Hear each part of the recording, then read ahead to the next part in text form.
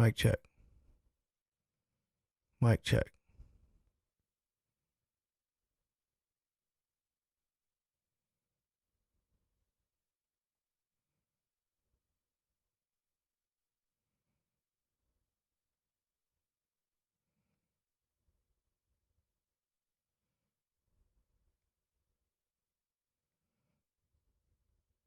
After finding these structures within the mountains, the first one they explored was the Busegi Mountains in Romania.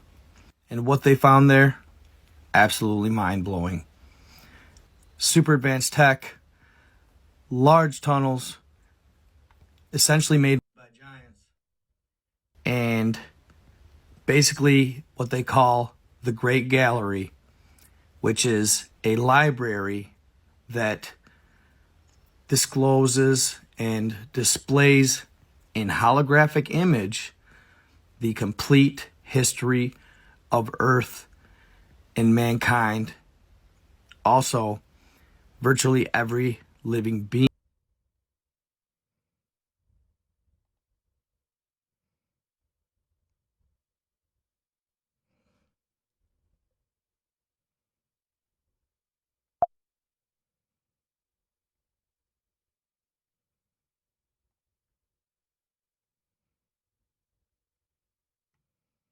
Yo, yo.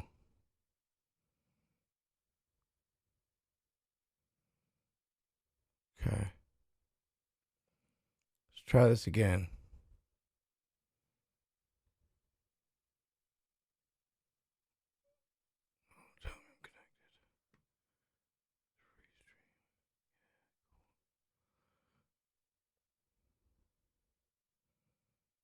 All right, fam. All right.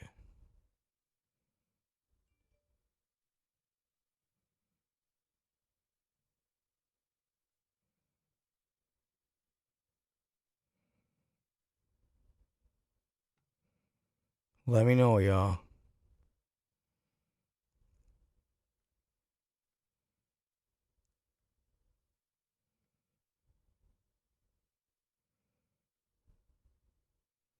Let me know if you can hear me. Right away, y'all. We good? We good? Whew, sorry, y'all. I really apologize for that. I really apologize. Man, being finicky with me. All right. Y'all, I'm telling you, I should have done that before I went live. I apologize for doing it on the fly like that.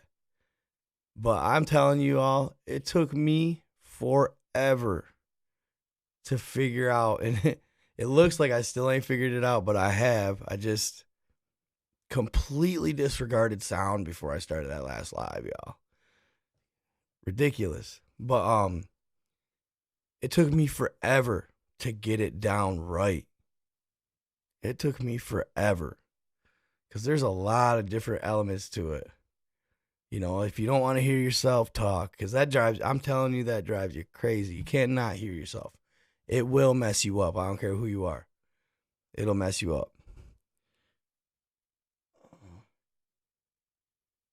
So, y'all, is TikTok getting banned or what, fam? Is TikTok getting banned? What do y'all think?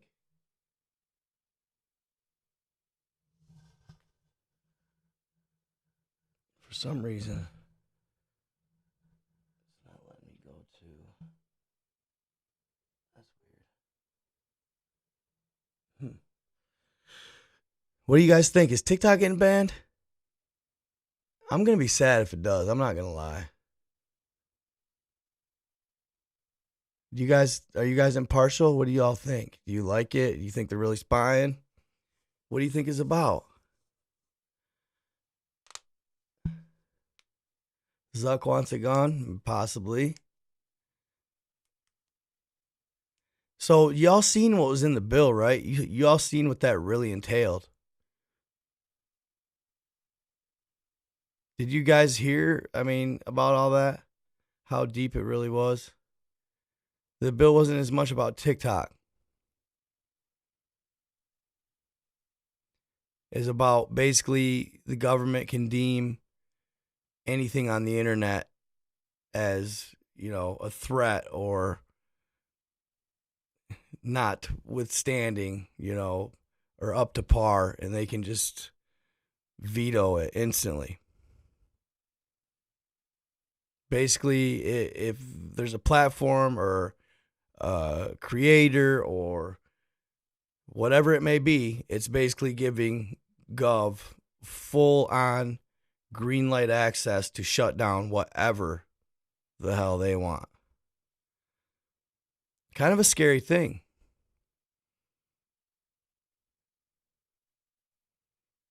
Kind of a scary thing. And I'm not one to usually get into the politics stuff, right? But I watched this chick on TikTok, because everybody's all, on TikTok playing big dog on campus. Well, if you don't keep TikTok, then we're not going to vote for you guys in the primaries and all this stuff. Okay. But this one chick, she got online on this website, y'all, and she started looking up the stocks that all these congressmen were trading in, right? And fam, I had no idea the depth. And I'm not saying that and I'm throwing out no accusations or nothing, but she didn't show a congressman. I'm not kidding you. She did not show a single congressman that wasn't trading in up over $100 million in stocks. And that's just what they're trading. That's not what's in their bank accounts. 100 million. One dude had $450 million being traded on the stock market, fam. What? Not a one of them had any less than 150 million in the trades. I could not believe my freaking mind. I could not believe what I was saying. I mean, what? I didn't know they were that rich, y'all. I didn't know they were getting money like that. I mean, it's one thing to be a 10 millionaire or a 20 millionaire, but 100 millionaire? What? That's getting that's just, man, y'all, that's getting crazy though. The one dude, I could show you the video. I don't want to play that propaganda on my stuff, but the one dude had an eye patch. He had some good stuff to say. To Chu, I think his name is, the CEO of TikTok, and he had some very valid concerns, okay? But his portfolio was up over, 250 million. This other guy was at 450 million. They were all trading in the big boy stocks. Apple, Amazon, Meta, all those, So one girl, she had sold. So one of the congresswoman, she had sold, like $500,000 to $1 million in her local municipality's securities. Okay? Her local municipality securities. So obviously there's a little, foresight going on with something going on there. You know what I'm saying? She saw something coming and sold them. I don't know. That's, you go, and that's the thing. So if I'm a congressman, am I doing that? How could you not? I mean, bottom line is, You're dangling, the golden fruit right in front of their faces. It's a total moral hazard. You're telling them they can trade in the stock market, but allowing them to make laws that affect those markets, right? Right? At the end of the day, any human being, I don't care if you're supposed to be some congressman, I don't care if you're a doctor, a lawyer, I don't care if you're the president of the United States. You dangle stuff like that in front of people's faces, especially when it comes to money, you cannot expect them to not exploit that. I mean, that's just human nature. I mean, bottom line, you can't really blame them, but I just feel like there should be a little more checks and balances in place. I don't know. Oh yeah, the birth certificate thing. Yeah, I've been seeing that a lot lately.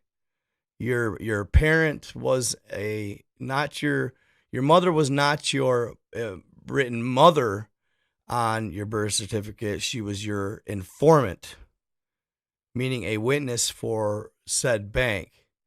And what happened was, so basically after World War One, what happened was the U.S. went over to Europe and they were trying to strong arm.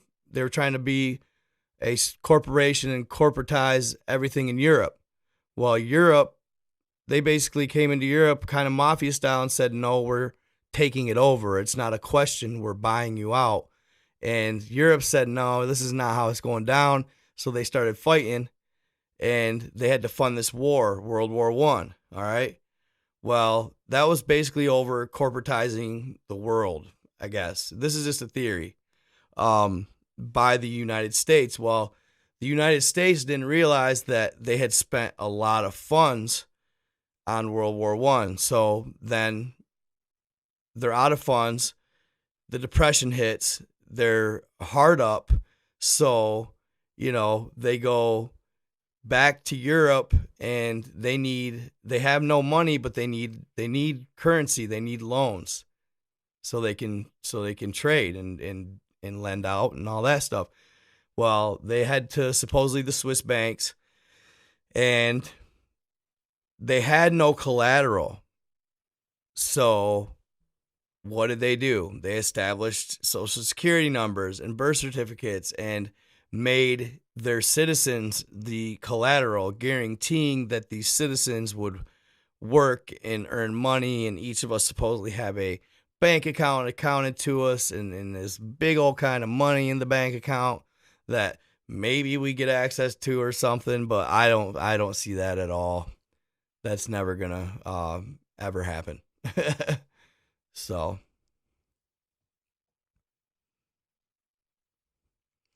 yeah, that's the big thing. I mean, this one dude is on TikTok saying how all of a sudden if you didn't get the vaccine and all this stuff, and yeah, da, da, da. I don't buy none of that. Nobody's getting handed millions of dollars. Sorry. Nobody. So, on that note though, on money, what do y'all think about France? What do y'all think about France? If you want to see, if you want to see what's going on in France, just head to TikTok and type in France. And then I urge you to go to other platforms and type in France. No. I don't know. I think you're seeing some of it. You're probably seeing it on YouTube, I guarantee. Probably Facebook too has some stuff. But I know somebody said something about Instagram and I was like, yeah, whatever. It's wild, dude, what's going on over there with Social Security being pushed back 2 more years. Those people are getting wild out there, man. You know what I mean? And hey, don't underestimate the French, y'all. Don't underestimate the French, because let's not forget who had our backs in the Revolutionary War and are arguably the only reason we won the war. The French are down. They don't play. They don't play. I heard that the garbage truck workers stopped working. So garbage is just piling up on the streets. The consumers or electrical line guys are revolting. They're shutting off all the power to the elites in their suburbs and whatnot. Uh, and just marching, man. They're marching on. It's wild. It's wild.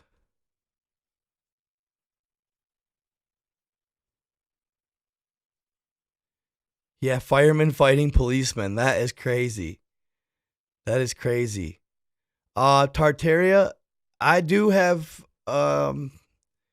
there is some Tartaria on some of the maps I actually have plan on pulling up today. Yes, we got to stand together no matter what, guys, for sure. I don't know, I'm not saying that I don't I hope nothing happens here, you know what I'm saying? I hope it doesn't come to that. Unfortunately, there was another you know, incident at a school, be said lightly. Um, Condolences and all that stuff. That's a sad deal, man. Um, but yeah, I just its times are different than they've ever been. It's wild out here, guys. Um, but at the end of the day, yeah, one of the best things we can do is stick together. Have each other's back. Um, just be aware. Be aware.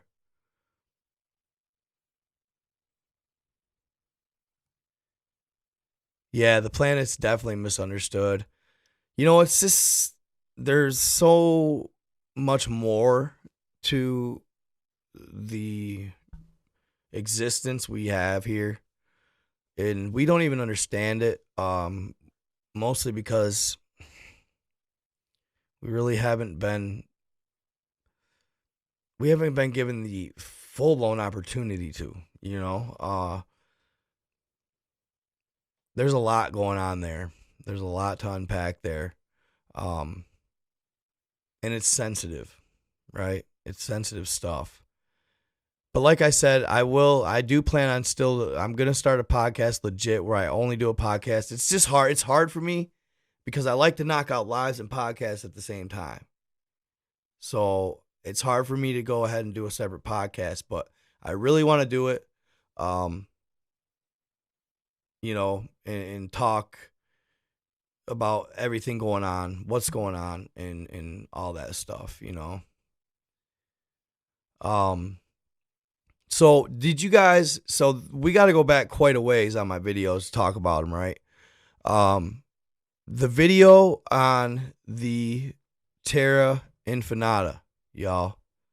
The Terra Infinita. What'd y'all think of that? About the Volusians, or Venetians, the Anunnaki being colonizers, the whole story about that. Isn't that just wild? Wild stuff. Uh, it's supposed to be a fictional tale. You know what I mean? I have the book right here. If you guys ever want to go check it out, I urge you to check it out. It's an amazing story. It's an amazing story. I've been in contact with the author and stuff like that for his sources and stuff. And it's wild, dude. Wild stuff. The land of Mars being a sanctuary or haven for, like Admiral Byrd supposedly went there, right? And that's crazy to me, And then so I got to be careful with this, okay? But this book right here, no, you can get this on Amazon. Right here. Amazon, Terra Infinita. Now, that's just the second book of the series. Obviously, you got to get this one and read that first. The Navigator across the ice walls, right? They need to make a movie on it. It's just so fascinating. And actually, you guys, I do have some kind of Arctic. I don't want to call them Navigator across the ice wall shirts, just because it's obviously copyrighted, and I'm in good standing with the author, so I'm not going to try and play that I'm not playing like that. Obviously, that's his work. But I'm kind of producing like some cool, really like neat exploration of Antarctica type t-shirts.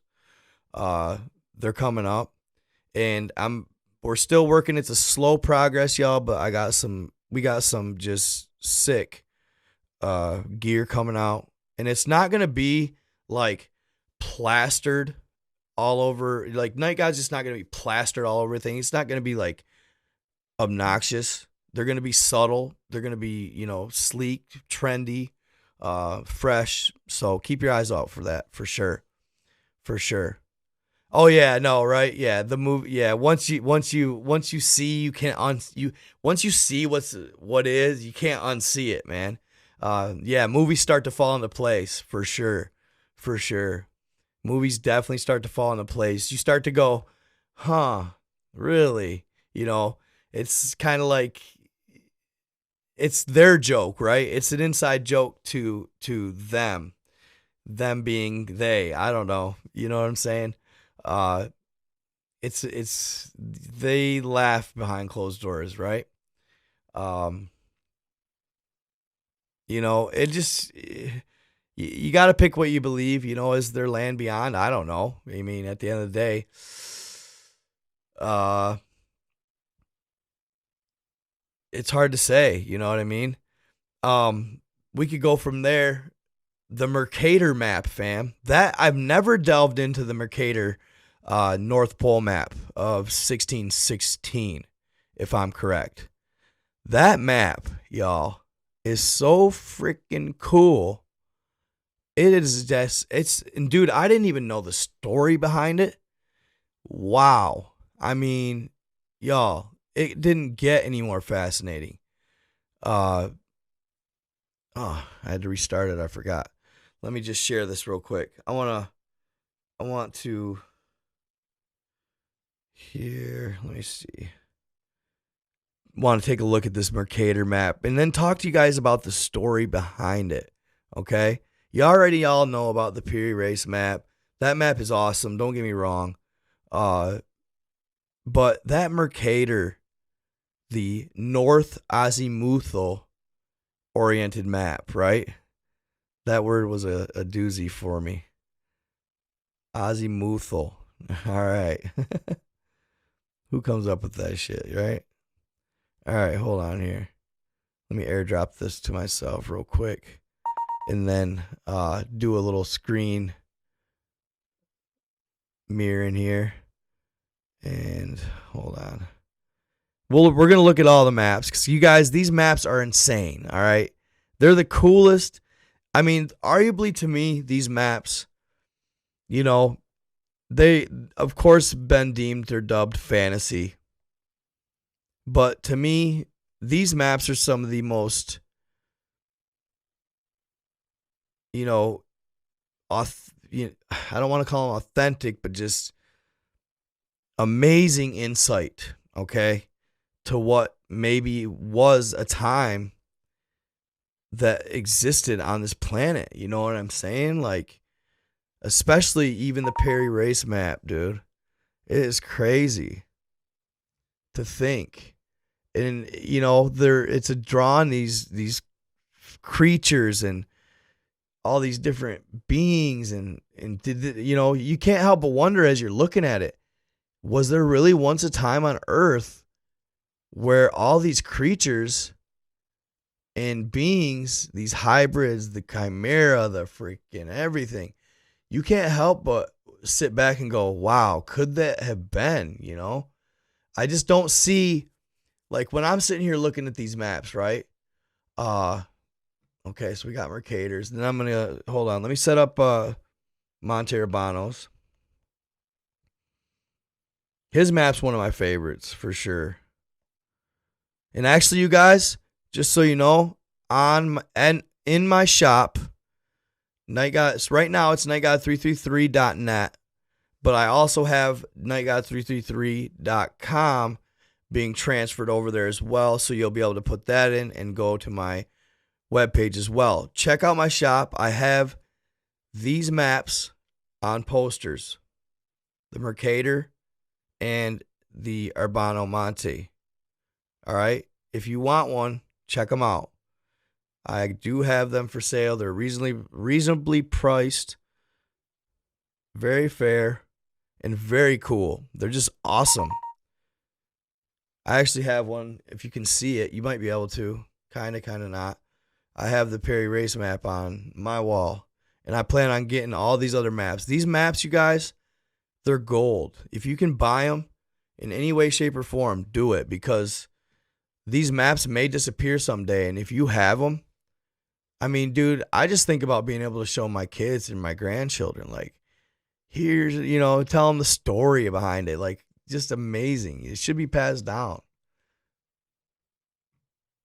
Okay, so let's go to the Mercator first, because I just love that story, fam. I love that story. Hold on here. A great, great story. And I had no idea that he had sourced it from the source he did. The friar from Oxford University. Okay, let's center this. All right. Now, boom. Hold on here. Hold on here, guys. I just want to be on at least my YouTube so I can see what the heck I'm doing here. Make sure we're all squared away. Our channel. Connected to Wi-Fi. Boom. It's going to be a little lag. Got it. Okay, cool. You can see it. Hold on here. Now, I want to get myself out here. I may have to do a boom. Okay, hold on. I gotta turn my volume down here. Oh, there we go. I can't hear that. There it is. Boom. All right. And then we have screen capture. Boom. There's a Mercator.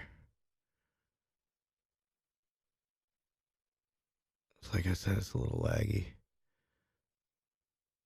There we go. Let's see. All right. Maybe a little far. Boom. All right, y'all. This map is crazy. Okay? The friar. All right? The friar stated that, so Mercator sourced it from a gentleman who sourced it from an old book, Inventio Fortunata. Right? Inventio Fortunata, Fortunate Discoveries. He was Latin, or speaking Latin. And he went on a trip, he said, to Norway, and decided to continue north when he came upon, allegedly, what you see here. Okay? 4 lands split by 4 massive rivers that are not flowing out, they're flowing in. Riddle that one. They're not flowing out, they're flowing in. And in the center, you can see right here, in the center, you have, oh, shit. Hold on here. Let's see if I can. You have a massive, basically, it could be argued that it's a small mountain, massive rock, magnetic rock. Right? Magnetic rock sitting in the middle of it all. You know, some could argue that it's possibly, some believe that it could possibly be like Garden of Eden type stuff. You know what I'm saying? I want to be able to zoom in a little bit here. But the story behind it is amazing. And I want to recap it. All right? I'm going to recap it real quick. And it'll be quick here. Right here. I had it all opened up here. Right here. This is a good one.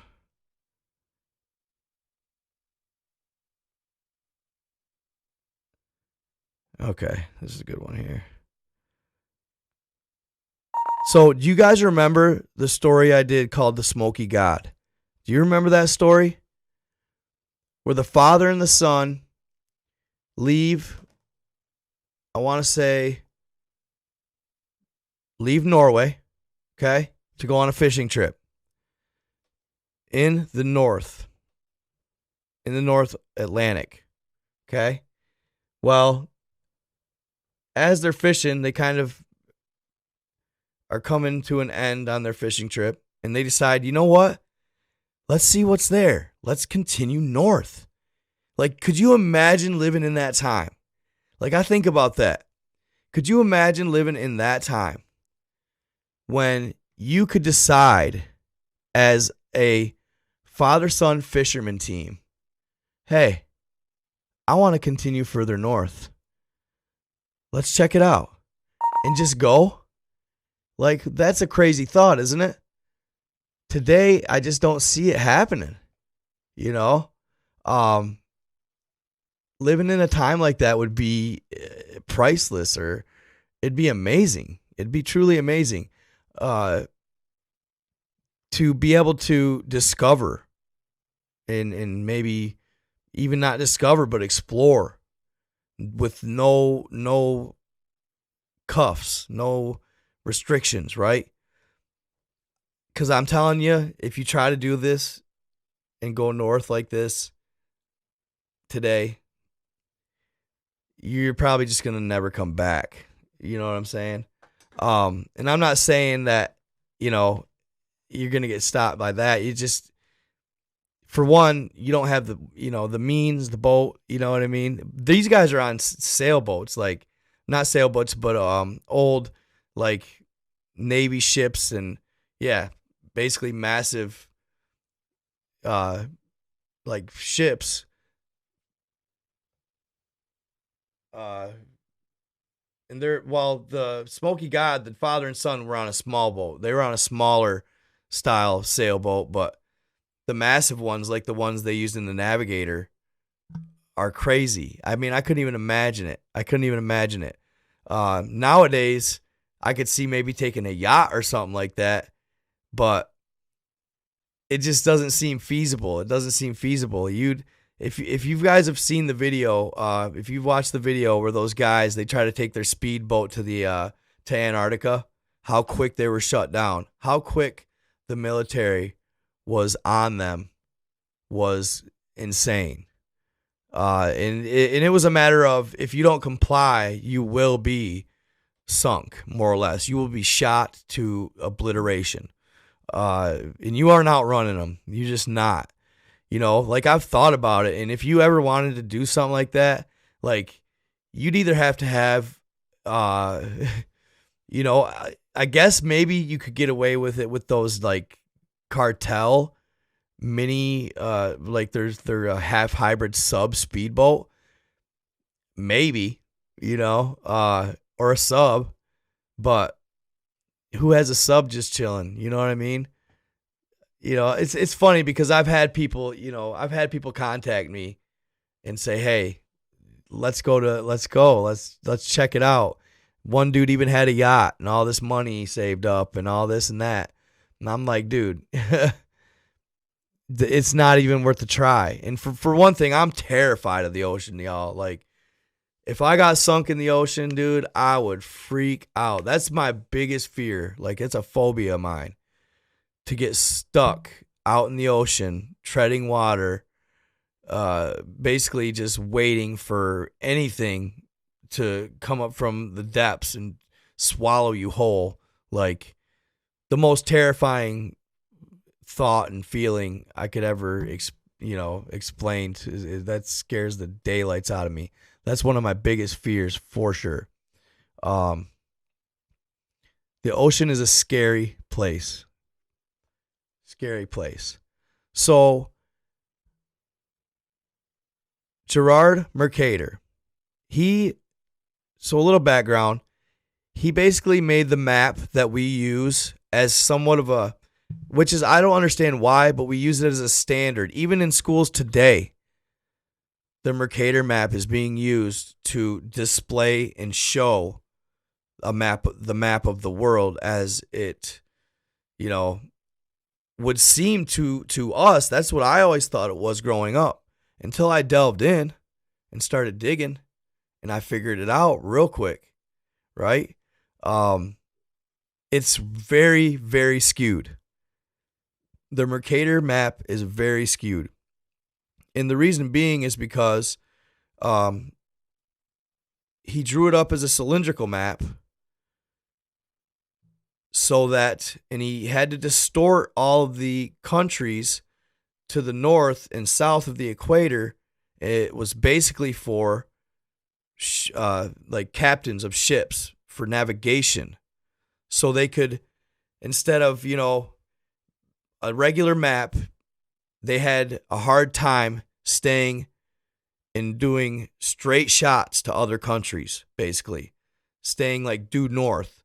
They had a hard time using the conventional maps of the time to navigate properly to get to other lands. They would often get lost because the maps, the way they were set up, they couldn't just head like straight due north from one country to another, because they would end up way over in BFE because they couldn't navigate it the way the maps were set up. So Mercator set up the maps and had to skew the landscape so that if you picked straight line south, east, north, west, you would end up basically where your destination was that you were seeking, instead of way off the beaten path. So, and I guess that still holds true today, but the fact that we're using it as a world map is absolutely wrong, because, they're way out of whack. Mercator map versus actual land masses. It's crazy how skewed it is. All right, like for example, this. So the red is how it really is in relation to land masses, right? And the Mercator is in the blue. Like, that's how skewed the Mercator map is. And yet we're still using that for our standard. Like, Africa is 14 times larger than Greenland. Yeah. Africa is 14 times larger.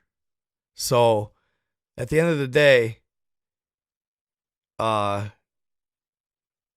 it's way off. Russia is the biggest country by far. Yeah.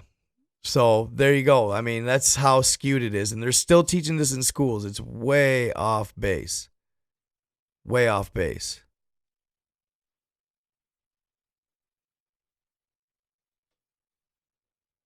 Okay.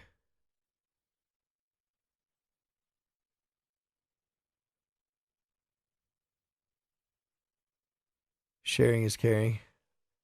Hold up, guys. Okay. So basically, what I got from this story was looking hard at Arctic maps. Okay. As the winter shrinks, cracks appear. Try to understand the reason for the changes. Flemish cartographer. Gerardus Mercator is best known for his Mercator projection, the now famed method of taking the curved lines of the earth and transforming them into straight ones. There you go. So that it can be used on a flat map. The Mercator projection was invented for sailors who, thanks to the design, could use it to plot a straight line course from their point of origin to their destination. Okay, and this was the original 1569 Mercator's map of the world. And then, so he had a atlas. So he drew up numerous maps. Okay, but the 1606 North Arctic map is the one that grabbed my attention. So Mercator draws the Arctic in 4 large chunks separated by channels of flowing water, which meet in the middle in a giant whirlpool. So, whirlpool going where? All right. And this is supposedly what Admiral Byrd allegedly discovered on his flight to the North Pole. He got this idea from 2 16th century explorers, Martin Frobisher and James Davis, who each made it as far as what is now northern Canada. That's what they say, right? Hold on here. Of North Arctic.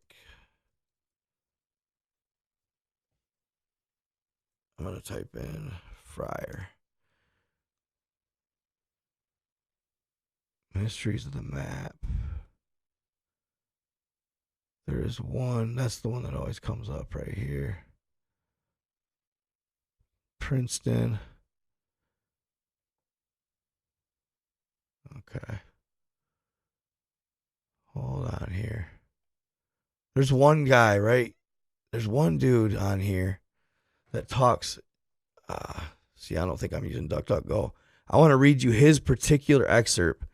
And if I wouldn't have had to restart my dang because of the sound, I'd have had it up. Right here. I got it. I want to read you this guy's account. This guy's account is insane. Just hear this one. All right. This guy's account is insane. Okay. Check it out. So, it says this is the second edition of Gerard Mercator's Map of the North Pole or Arctic. Hold on, let me just expand it. I kind of want the map to be up too.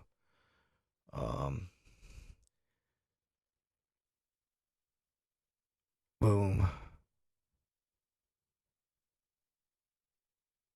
Right here.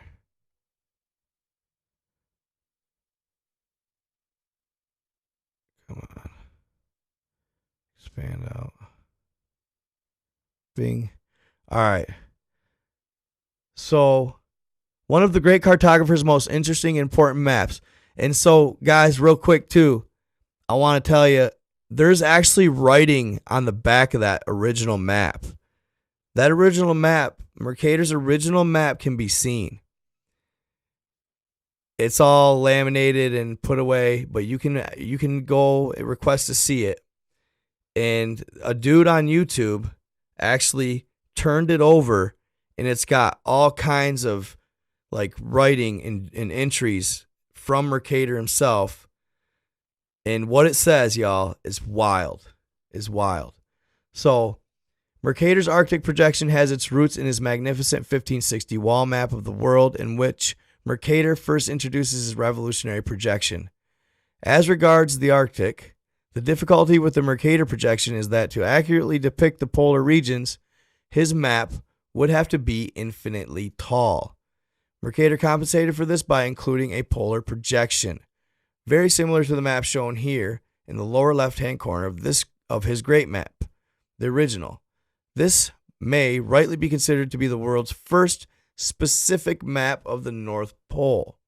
Mercator later reissued this map in an expanded format for his 1595 Atlas.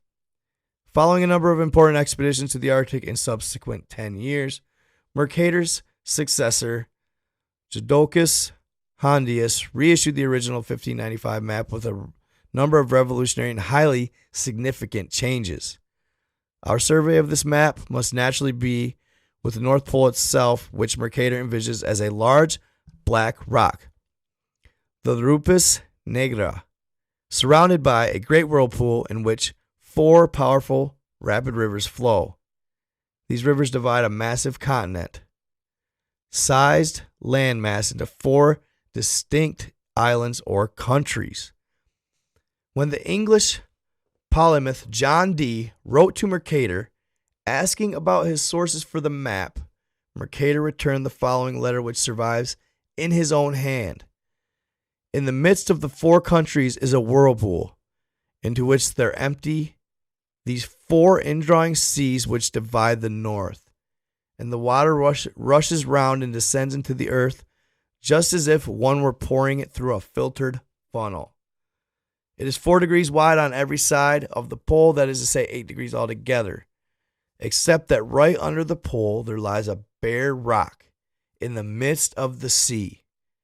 Its circumference is 33 French miles, and it is all of magnetic stone, right? All of magnetic stone. Where do you think compasses go? It's just a weird coincidence. I don't know. This is the word for word believed.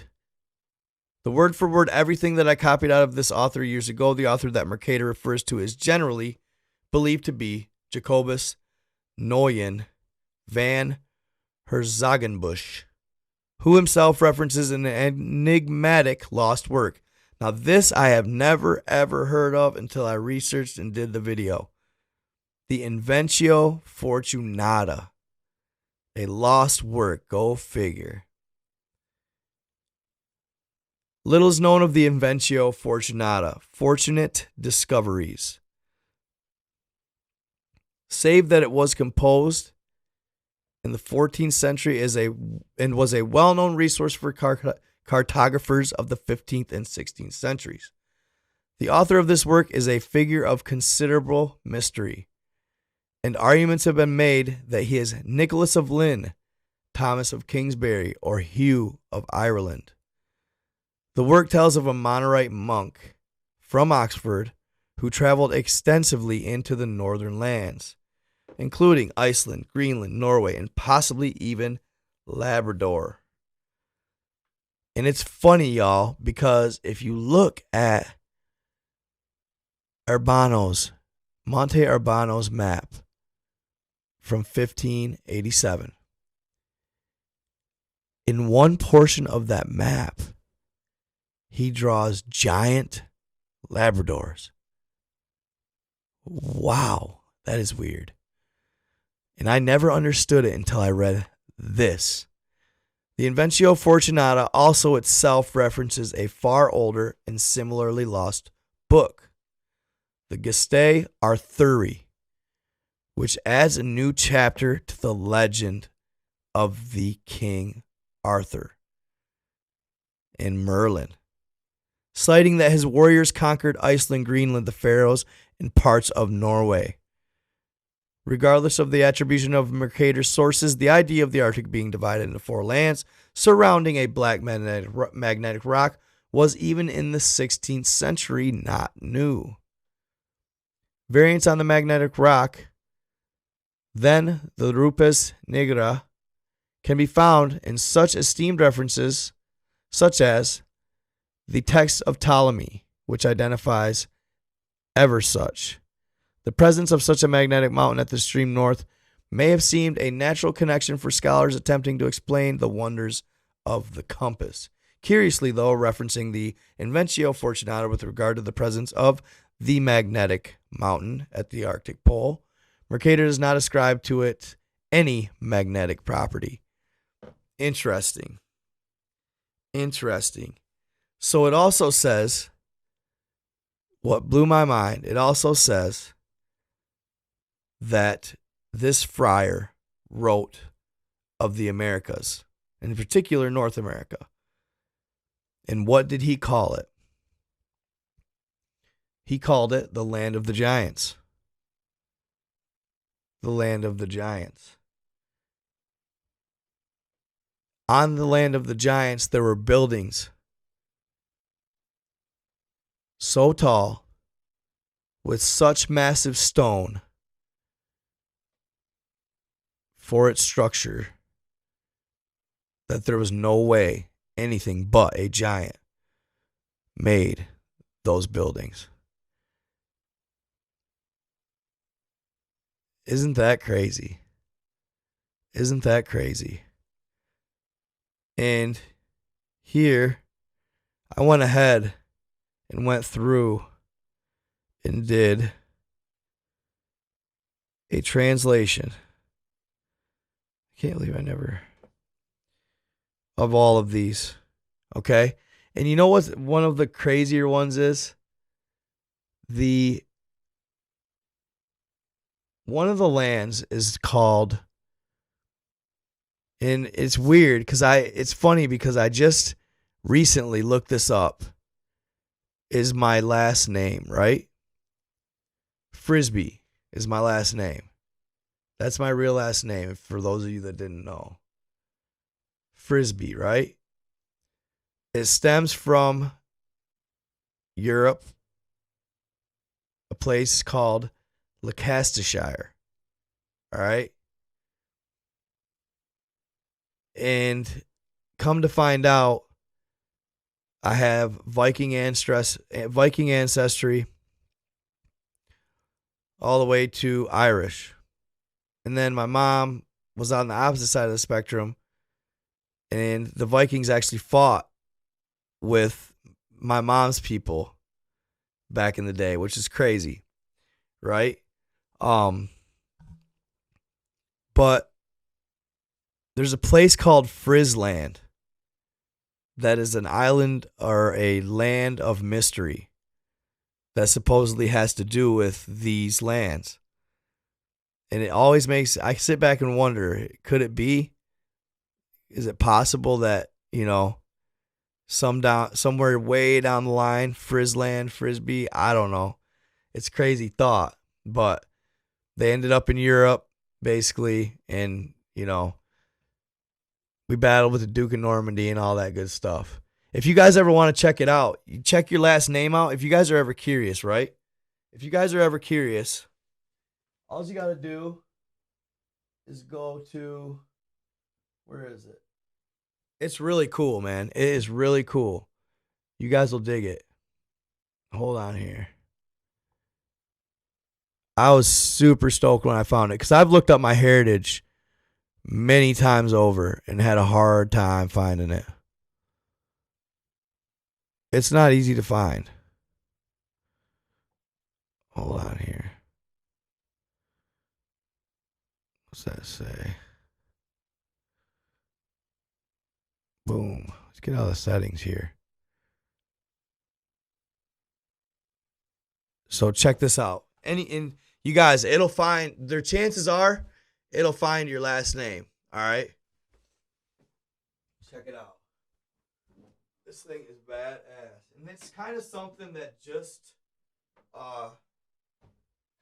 popped up. So basically, these guys over in Europe got together and they started researching like old tax codes, right? And this one, I went a little overboard probably, but basically, it'll show you your seal, your family crest right there. Then it tells of your history right here, all certified. And then that green is the land that I hail from, supposedly, certificate of authenticity. But it's called, I want to say it's surnames.com. Surnames, or House of Names. There you go. houseofnames.com. And it will tell you so much more than you will ever imagine, y'all, as long as your name comes up. Both moms, and my mom's side and my dad's did. But, it gets right down to the nitty-gritty. Are believed to have descended originally from the Norman race. The Normans were commonly believed to be of French origin, but more accurately, they were of Viking origin. The Vikings, under their Jarl, Thorfinn Rollo, invaded France in about 911 AD. After Rollo laid siege to Paris, the French king, Charles the Simple, finally conceded defeat, granting northern France to Rollo. Rollo became the first Duke of Normandy, right? Isn't that crazy? Like, that's how detailed they get, y'all. Rollo became the first Duke of Normandy, and it tells the line from there on. And Duke William, who invaded and defeated England in 1066, was in fact descended from Rollo, the first Duke of Normandy. Duke William took a census of most of England in 1086 and recorded it in the Domesday Book. Isn't that weird? The Domesday Book. D-O-M-E Day Book. The Domesday Book. Sounds like Doomsday, right? Maybe that's what it was, the Doomsday Book. Maybe that's probably what it was called. They just spelt it like dome. A family name capable of being tracked back to this document or to Hastings was a mark of honor for most families during the Middle Ages and even today. The surname Frisbee emerged as a notable English family in Leicestershire, where they held a family seat. During the early centuries, the family erected Frisbee Hall and emerged as a family of note, and they are presently seated at that hall. For those Holt, For those interested in a further history of the name, can be obtained from Burke's Landed Gentry. So these guys are digging some awesome information up. So yeah, if you are interested, y'all, just go search your last name at House of Names, and you can find a lot about yourself out. It blew my mind because I've done so much research in trying to find out my heritage, and it's to a T pretty much. Like, cool as shit. I even found my mom's too. So I just thought that was really cool. But yeah, it goes way back to all these times, 1086, like, these are times when they're just, the King Arthur days. These times were when, they were discovering these North Arctic lands, if they exist, and, all this stuff. The Vikings, man. The Vikings were the first ones to even land in North America, they say. That was probably back when there were still giants roaming the land. Like, holy crap. You know what I mean? It's crazy stuff. That's a long time ago. I want to show you guys. I wanted to read some translations for you guys real quick of what is said in all of that map. Here, hold on. Just got to send it over, airdrop it to myself. It's just mostly just super fascinating. These maps so intrigue me. They intrigue me on another level. They are so cool, and in my opinion, should not be disregarded. Period. They said oh crap.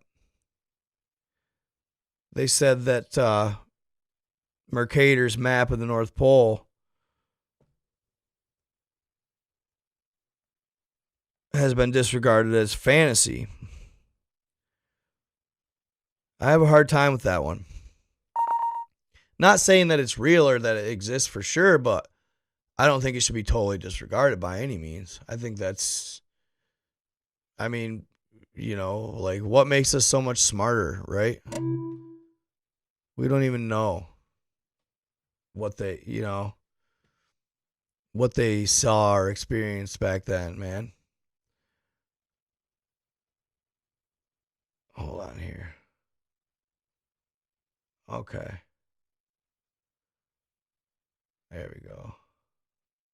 So the rocks are black and very deep. That's what it says right here in the middle. Here the canal gores to the frontiers and remains frozen every year for about 3 months, having the width of 37 leagues. Now, you can't see my cursor, can you? That stinks. Here, let's try this. Oh, you can see my cursor. Yeah, you can. So that's this right here. Bing. Right there. Okay. Next. This one's a good one. So here, that would be right here. Bing. The pygmies dwell here at the top, 4 feet long. So they're only 4 foot tall, pygmy type people, which they call very much those whom they sow in the green land. I don't know, that's some old English. It's kind of a little tricky. Here the canal has its doors, and on account of its narrowness, has now reached a rapid flow, which freezes. So when I was talking about the Smoky God, for some reason, this particular canal right here it screamed the one that they went through. If they did. Obviously, for entertainment purposes only, it may or may not be true. It's all in good fun. The Ocean J9 breaking into the ports between these islands. It sacked 4 rivers by which it is unseen to the north, and there it will be swallowed up into the bowels of the earth by the rocks, which it's below the pole, and has about 33 leagues. Crazy, right? Crazy. Hold on here. In the northern parts of the island, I don't know what a bargu is. There are a pair of bargu, says Paul, which lie so far toward the water as the Arctic pole may seem to them to weep at the south. I'm not sure what a bargu is. That one baffled me a little. So right here is the Sea of Sweet Waters, the border of which the Norari Canadians say, from the report of the nets of those who are going to be there, or who are there. So it must be there's a, fisherman going here, or there was back then, maybe. Possibly. So, hold up. Let me do something real quick here. I'm going to send myself some more here. I want to show you guys this real quick. I thought I did save the one. That's one half of the translation, I think. Maybe this one of them. It's weird. Google Translate will work really good sometimes, and other times it'll have a hard time. Let's see how this one is. This is on the back, right? Yeah, this is on the back. This is what Gerard Mercator wrote on the back of that map. Yont benign the reader, I allowed the gentle description of the circle of the whole earth and of its 4 parts by the method that nature dictates to us. Jay refocused on the example of Ptolemy, prince of the Lonographers, to begin the geographic of the singular parts of that leaves pole antique, and the provinces Faustmipes at its apex, so that descending from the top, bottom, but then from left to right, I join little by little the septentrion with the mildy, and the east with the west, of which I pray God to grant me grace and sun around good and honor of the Christian Republic. The pole and the extremity of the middle, it is the straight line drawn by the center of the globe at the Latin's vortex. They make 2, the northern and the southern. That's the actual name of the map. Septentrional is the one that can be seen all the way to the north, I think. Opportunity to call it Borcal and Arctic. Laoffren cites the one who appears in the force, says Ari. And so this suffices from the poles to come to the regions around the Arctic Pole. Green, Sealand, Frisland, Neobol, Zimbol, and a few others that we will send in a few words. Greenland takes its name from the greenness because Gros el Flemen means verd in French. I'd still incongruous for the most part. It is Pubble Central Arctic Circle at the pole. These guys are using some wild words. Its last parallels 4 Verde mildly at 6 degrees, da-da-da-da-da. But anyway, he's writing the whole context of what he found. All the days it does not rain there, and the snows of the beginning of the winter do not melt there until the end of the ice. However, They do not harm the grass, for the pastures grow there wonderfully. The cattle increased at the factages abound there in strange abundance for the insignificant planted in the pasture. So much that they make certain great heaps of butter and cheese to put them on sale to foreigners who go there to buy them. All this country is full of savage bears, with whom the inhabitants have a continual war.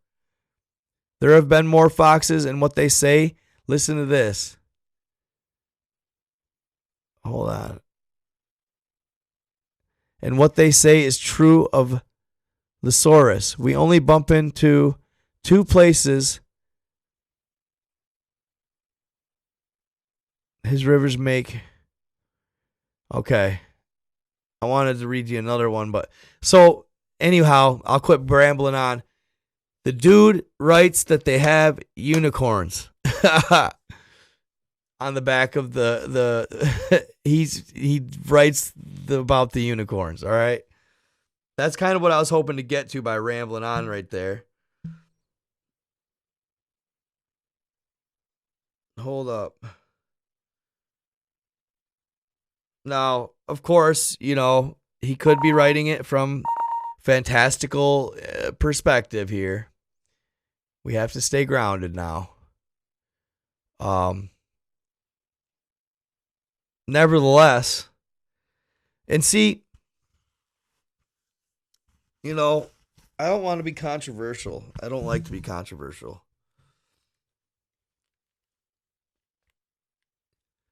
But where does he come up with the detail? You got to just sit back and think logically here and use your common brain. I mean, is he just making all that up? I mean, it could be so we could play this. It could be by word of mouth that he heard all this, right? Obviously it was by word of mouth, not firsthand, I imagine. Not firsthand experience. It said he went, I think, but I don't know for sure. Obviously, it is word of mouth, but on the same token, it's not that he's making it up like a fictional novel. It doesn't come off that way. You just gotta. I find myself wondering, like, was this guy just full of, like, crap?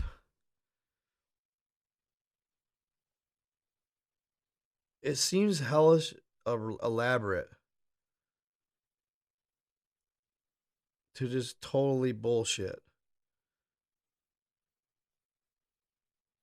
No.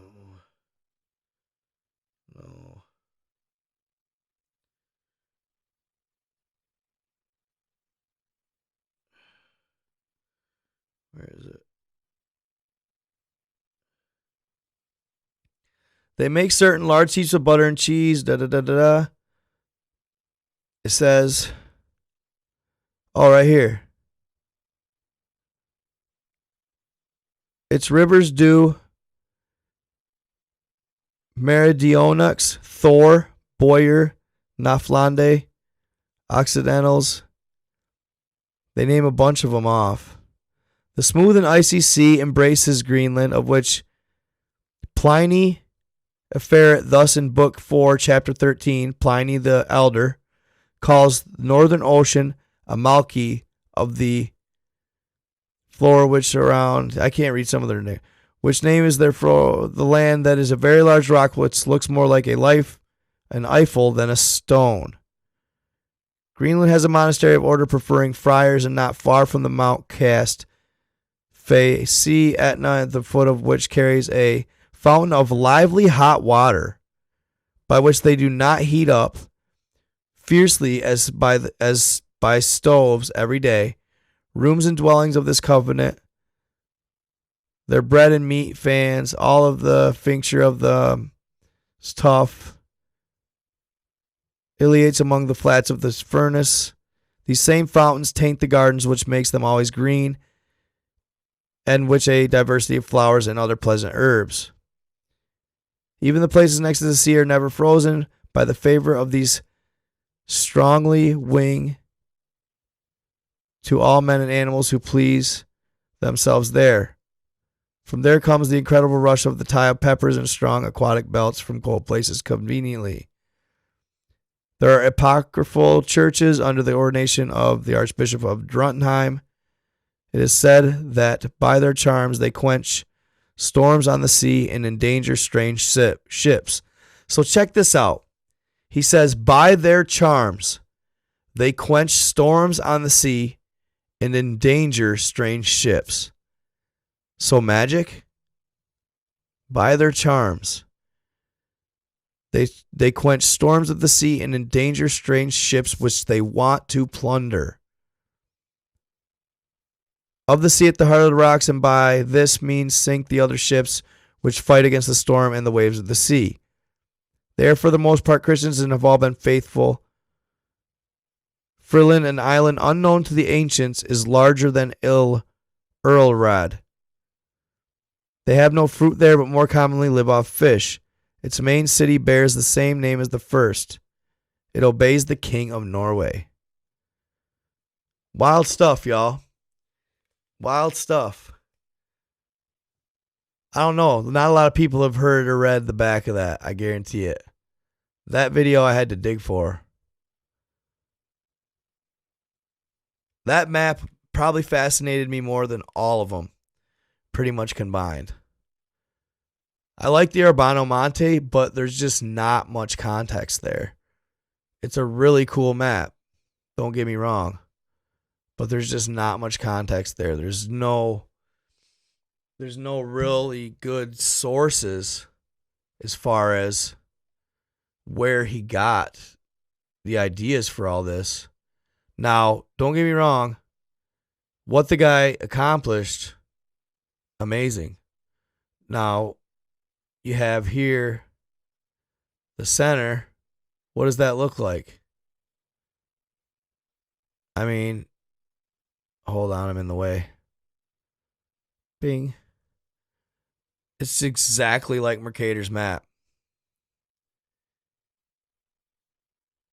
So it could be argued that he even copied Mercator's map. Now, it wouldn't be the 1616 one, though. It'd be the 1569 one because he drew it in the corner of that map. But what fascinates me most about Urbanos is look at the creatures. There's your unicorns right there. His map is absolutely amazing. I mean, hold up. Look at what he draws in here. A Cyclops giant. Right? Now, what are these? Like, I've had a hard time with figuring out what these things are. Look at them. You ever see the movie Congo? Huh? If you ever see the movie Congo, right there. Dragons, right? And y'all, look at this. Dude's out here in the water just like chilling, right? But here, check this out. This is what's more baffling. You got a griffin fighting a lion, standing on 2 feet. Continue. Now, y'all, what in the world have we got going on here? A dude riding some massive seahorse? Like, what? I've never even heard of half this stuff. Look at this, fam. Look at this. Look at this. This guy's a hybrid right here. This dude's just chilling on it, cruising through the water. Like, and then you come over here. Look at these guys. Look at, they got like tentacles or something for legs. You sit here and you're like, where could he possibly? I mean, come up with this stuff. Look at these things. I mean, so when I see this, I go, wow, is he referring to like way back to the Atlantean days when they did scientific experiments on in crossbreeding man with animal, chimera? How does he know about that? You know what I mean? Look at these things. What kind of imagination would you have to come up with these things? I mean, this map is awesome. It's the most amazing map, I'm telling you. Look at that. And one of them looks like a bearded lady. I'm like, what? You know? Look at all these sea creatures, too. Can't forget them. And he writes in a lot of detail throughout this whole thing. It took him a little over a year to finish, I guess. He must, a couple years anyway. He hunkered right down. The original work was over 60 pages. The original work wasn't put together already. It was 60 pages and plans to put it together. There's more chimera. There's another one. That one's getting big. It's just weird. It's wild. And then you got, where are they at?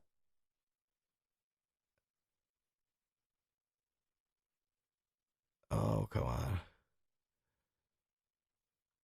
The massive sea turtles. And there you go. There you have it. The old rock birds. From what? What story? Sinbad the Sailor. The rock birds would carry young elephants back to their young to feed. Look at that. And y'all remember the egg I found. Region de Giants. Region de Gigante. Region of Giants. Right there. And it was like everybody just existed here. Everybody kind of, they kept to their kingdom or whatever. All kinds of diversity. If this is, in fact, has any merit. I'm sure some of it's, I'm sure some of it's untrue. I'm sure some of it's possibly true. I mean, he even goes as far as the Leviathan, y'all. Like, look at that. And he draws a couple of them. There wasn't just one. There ain't just one. He draws a couple of them. I want y'all to notice something real quick. Look at his routage of what? Bing bong. Hate inverted scrolling. Bing bing. Look at that. Right there. Back out. Not that far. There's one sun right there. And on a track. There's the other. Then it comes to the next latitude line. Latitude, fatitude. There's another sun. Phew. Phew. Now they say that this map is supposed to be envisioned as folded over into a globe. But my question is just, where do you come up with all these lands that surround everything and the creatures that inhabit them? It's just wild. Urbano was born in 1544 in Italy. Milan, Italy. He was born to an affluent family, so he never had to work. In that case, all he did was constantly educate himself. Remember, guys, I told you about the Labradors? Look at. Now, why in the world do you draw a giant, not just a little guy, not just a little guy? That's proportion to a reason. Look at how big he drew that dog. It's crazy to think about, man. You know, I'm not saying all this stuff existed for sure, y'all, but damn. Like Labrador, really? I just read a reference to Labrador and he draws that thing right there. I don't know, man. It's wild out there. It's wild. By far, one of the most beautiful pieces of art. I will definitely have one on my wall. No doubt about it. It depends what you believe. Some people argue it's a flat earth map. Some people argue that it's a globe map. Take a look at it. Figure it out for yourself. Leave it at that.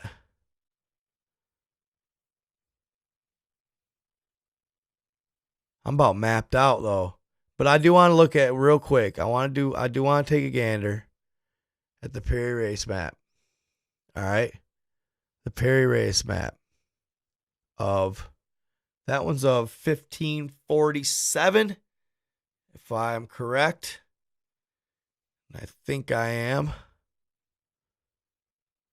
Holding the crowd tonight. Steady crowd. Peary race map. Boom. And I will pick up comments, guys, here in a little bit when I'm done with my spiel. We'll chat. We'll chat. All right? I promise. Okay. I already had that open. Where is that? I know I did. That's not it. We're just looking at that one. Peary race map. Let's see here. I'm going to have to go to my Proton mail, I guess.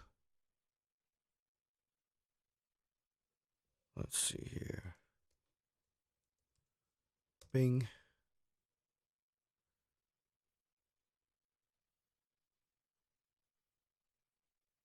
Better sign me in. Okay, boom. Nope, not that one. Boom. And boom. This is actually a really good version of it, too. And this was hard to find. Right there. If you can find them that'll zoom in for you guys and not get all blurry, you're winning, trust. Look how good that looks. This one blew my mind even, I mean, not even more, but just another mind-blowing piece of art. You got these people right here. Looks like they're eating a fish.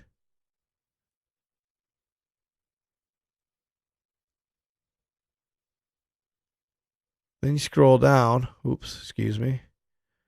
My bad. There we go. Then you scroll down here. Oops. I got to drag, not scroll. Okay, this one freaked me out a little bit here, guys. Not even going to lie to you. Where is it here? I'm going to pop it up somewhere else. Let's see. Where's that? Nowhere. Because I wanted to rotate it, kind of. But it seems like when I download it, I don't know, it just ends up blurry. So check this out, guys. This is freaky. They say this is South America here. And this right here is supposedly Antarctica, right? Look what they draw in here. What to the, I don't know, the left. I can't see myself in real time. It looks to me like a dog-faced man and another possibly, I don't know, female or a monkey that stands up, but I think I'd guess a female. And then what's more is Look at this thing right here next to him in the red, crown.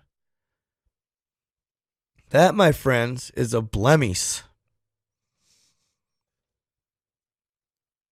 I know some of you know what blemis are. A blemis.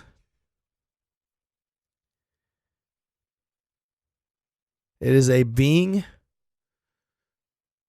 that has been documented in history by both, I want to say Marco Polo and Alexander the Great both documented them. And they documented another being that supposedly was a monopod type being, like it only had 1 foot, but it was big and exaggerated and it would hop around. But the blemis had no heads, and their faces were on their torso. All right? Freaky stuff. Tell me that's not it'd be the worst nightmare ever to see. Now, I should let me hear. Hold on. I'll square it up a little more.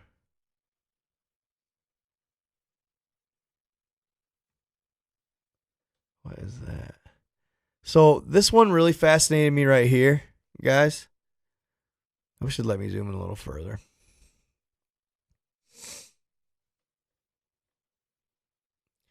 This gentleman right here in the corner, looking like maybe he's from Africa. But if you look closely here, I have him up here. Actually, I think I got good pictures of him. Hold on. I want to show you guys this guy. There's something about him that is peculiar to me.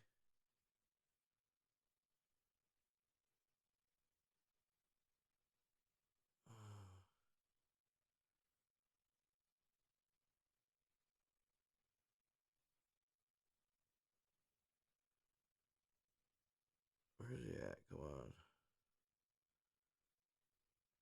Oh, he's right there. Dang it. Just had him.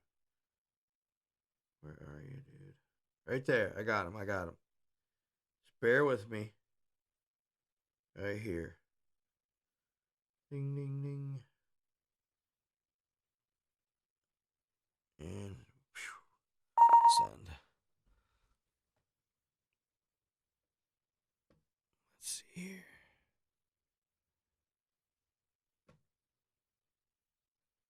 So we have here a portion of the period race map. It's blurry. Forgive it. It's blurry because it's the way the print came. It's like a poster, but it just wasn't as crispy as I would have liked. But it happens. So right here, I got to looking at him. I thought that's very unique. You notice what's on his head? It almost looks like a dressing of like a animal of some sort, maybe, or something. There's his crown. But what I see is, I thought maybe he looked like he could have an elongated skull. You don't see that reference very often, especially with, a picture like this. It looks to me like his crown's just kind of hanging on the top of his head. You guys remember the movie Coneheads? Kind of like that. Could he be an elongated skull person? It's got me curious. And that's what it looks like to me. I don't know. Crazy stuff. There's a lot more to this world than ever meets the eye. And these maps are a lot of insight into that to me. Those maps, they're worth their weight in gold. They're priceless. They're truly priceless. Yeah, I've been going hard, man. I'm tired. Ancient maps of Sea Kings. Yep.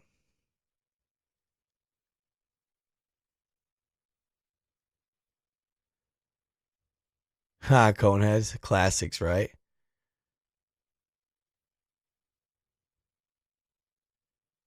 I thought he did. I thought he looked like he had an elongated skull for sure.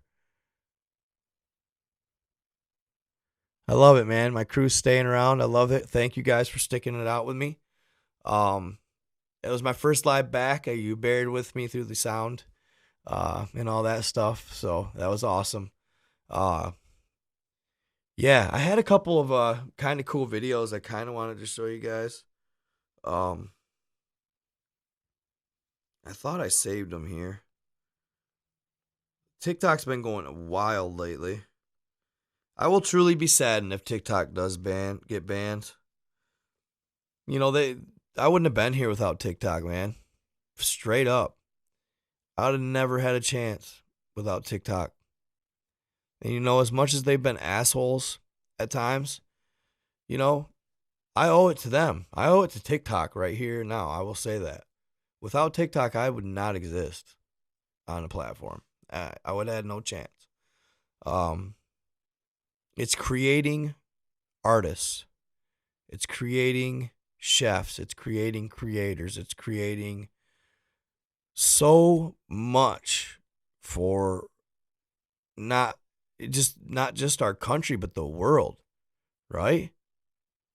I loved, and you know what? As much as I bitch, I loved every single moment of TikTok. Every single grind. Every single, video that I did for utterly free. You know, those times were so pure to me. It was just amazing. The excitement, the utter just disbelief that it was happening, what a good feeling. What a good feeling. No, it's being banned because it's not about creators like me. There's guys all over YouTube talking about flat earth, man. It's about the masses being able to communicate very quickly.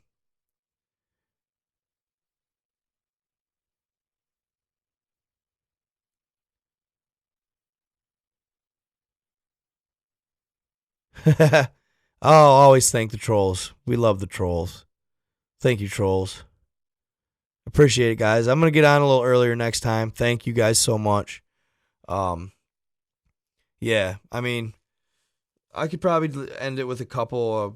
I wanted to show you guys this one video, this gentleman, and then let me see what we got. No, that's not nothing. That's not legit.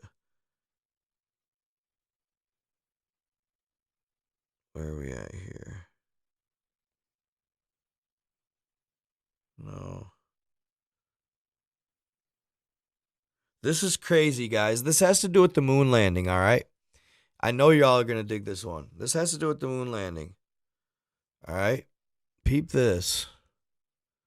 This is cool as shit. Whether he's telling the truth or not, for entertainment purposes only, as always, y'all.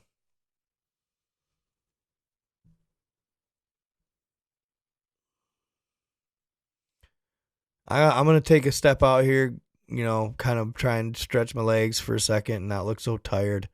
Grab a little Mountain Dew or something. But I'll make sure we're all squared away here, and I'll, yeah, I want to open this here. Let's do this. Sometimes this is easier. Add media source. This one's worth sticking around. Like I said, it's about the moon. Desktop. Be with him.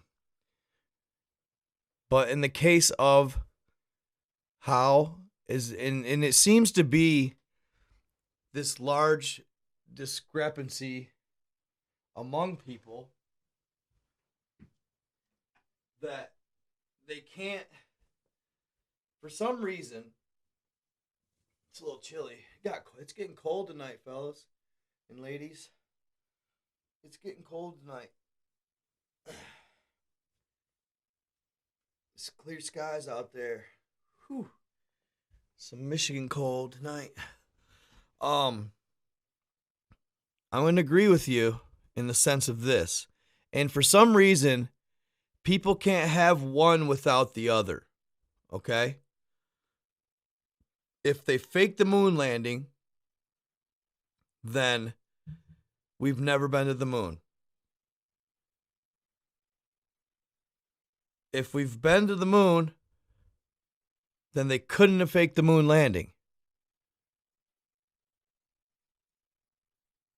Why can't they have faked the initial moon landing and still went to the moon?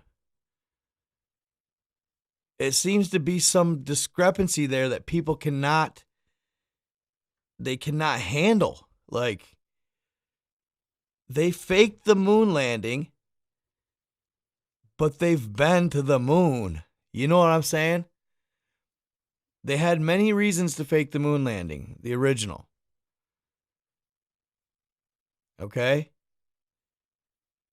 It was a race, kind of like an arms race, but a space race.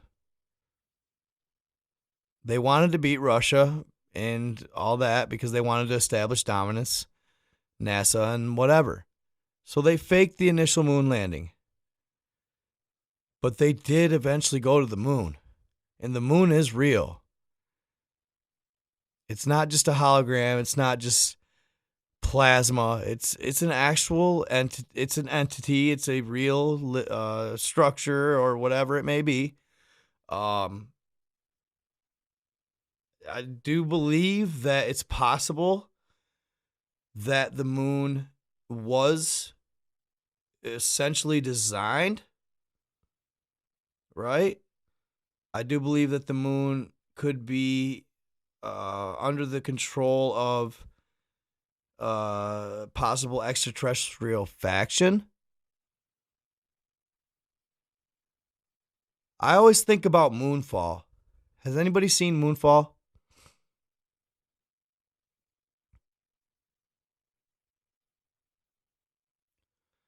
No, the moon's within. It's local.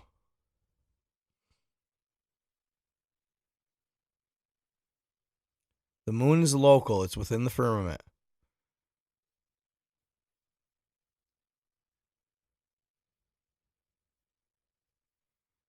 Yes, Moonfall, there is some validity to. Now, is it the whole story? I don't know.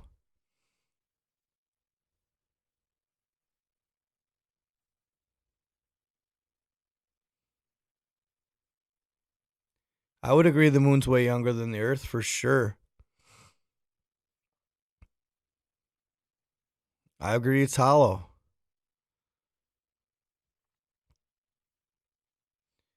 Did you know that it's possible, or at least from my studies, that I've possibly seen or found evidence that there was two moons at one time on this planet? Or, well, above this planet.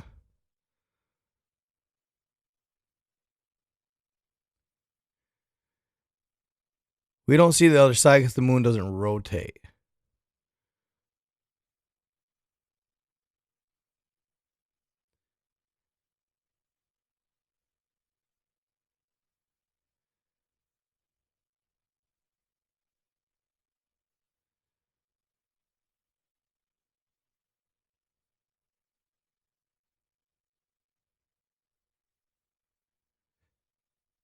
What if I told you the moon and the sun are the same size?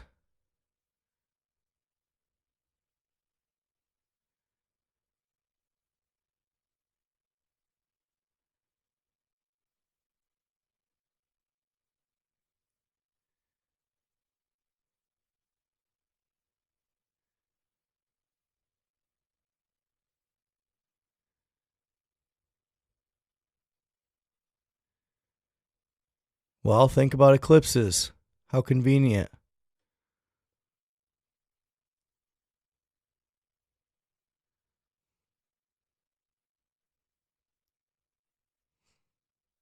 And they're both local. Possibly.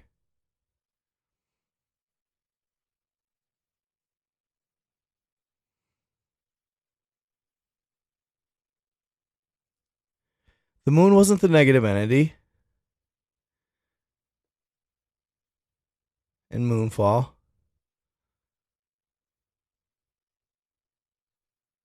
The moon wasn't the negative entity. No, it doesn't. But once in a while they cross paths. That's why they have eclipses.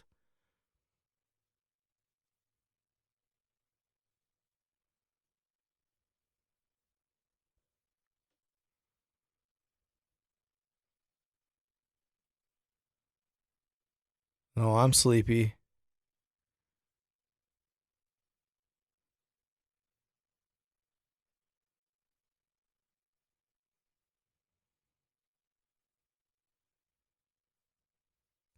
In Moonfall, what happened was, in Moonfall, I love the story of Moonfall, by the way. I thought that was an amazing movie. And I thought it was so fascinating. So, it could have been, I don't know, I wanted to say, like, I don't know, could have been millions of years ago. Basically, humanity reached an apex of technology, existence. They flourished and they were building arcs and, like Halo style arcs out in space. And they were inhabiting planets and they were, transversing space and basically making space their entirety of it their home. Space, right? So in doing so, and the reason they could do so was an AI. And this AI made every facet of human life amazing and perfect and achievable, right? Basically nanomites, right? Nanomites or nanobots. This made the flourishing of man possible, this AI. Well, one day, like every premonition for AI that exists, it turned on mankind and felt that it could build a better universe without them, that they were the parasites. So this AI, these swarms of nanomites, basically flew in unison and began just devouring everything organic. That's how it got its signature, or how it targeted its victims, was basically if it detected organic, I want to say electric signals or electronic signals. When it did that, it would attack whatever it was targeting. So mankind basically got into the war with these nanomites, and they were down to very few numbers. Okay? So what these very few humans left did was find a corner of space where these nanomites didn't know of or didn't know existed. And they built these AI based, which was the same basically AI that was being like the precursor of the AI that was attacking them, a more simple AI. They built them basically entire ships out of this AI, which were moons. And these moons would be sent to every corner of the galaxy to find sustainable human conditions or sustainable conditions to create life. Well, the nanomites caught on and they attacked, and the only moon that got away was humanity's and on Earth, basically. Found a corner of the universe that the nanomites didn't know of and created and started, kind of started the Big Bang or whatever and created Earth, and then planted mankind's seed on the planet to basically make sure for the longevity of their species or the existence of humanity, to make sure that they lived on.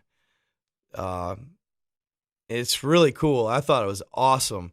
They would use a star or a what did he call it? That nerd in the movie. He called it something, some kind of star. I can't quite remember, but it was basically a star that powered the moon. And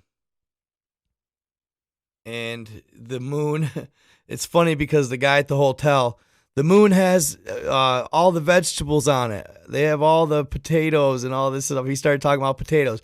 How do you think we got potatoes? They were on the moon, And when they're finally going to the moon to try and beat this AI, they in fact see a bunch of vegetables and stuff inside the moon, like frozen or whatever they may be, cryogenically frozen or whatever, stacked vegetables in these like chambers all throughout the entirety of the inside of the moon. And he was like, oh my God, he was right. And he was like hating on him for it at first, but he was right. The moon was like an ark for mankind. Every seed of every plant, of every animal was there just in case, right? Well, the AI ends up finding the moon and it starts attacking it. And it's attacking the star. It's trying to basically kill the energy that's inside the moon. And when it does attack the star, when it swarms the power source of the moon starts falling to Earth. And the gravity of it pulls, it's wild. I loved it. I thought it was cool as hell. From the Netherlands, what's up? Netherlands. How's it going over there?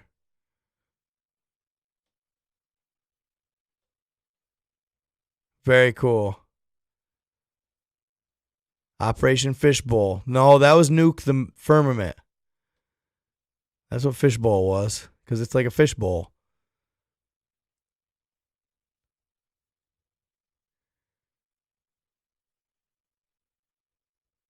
Rainy and a bit cold, huh? No kidding. The world is spinning, but the earth isn't. Interesting.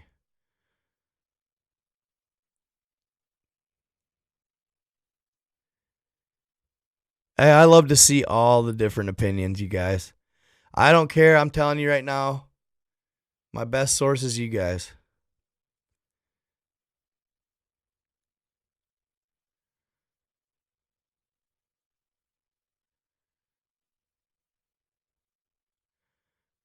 He said, is it flat? I gotta know. Sar Bomba couldn't penetrate the firmament. Well, did you guys ever watch my movie, my video on the firmament? A gentleman who went down to Antarctica to work. God, he was like a security guard or something. He got close with one of the lab techs and started kind of trying to get him to share and indulge information to him. Well, it worked, and he eventually got him to talk about the blue ice, the sky ice, they called it, right? Now, think about this. What do you think turquoise is? What do you think turquoise is?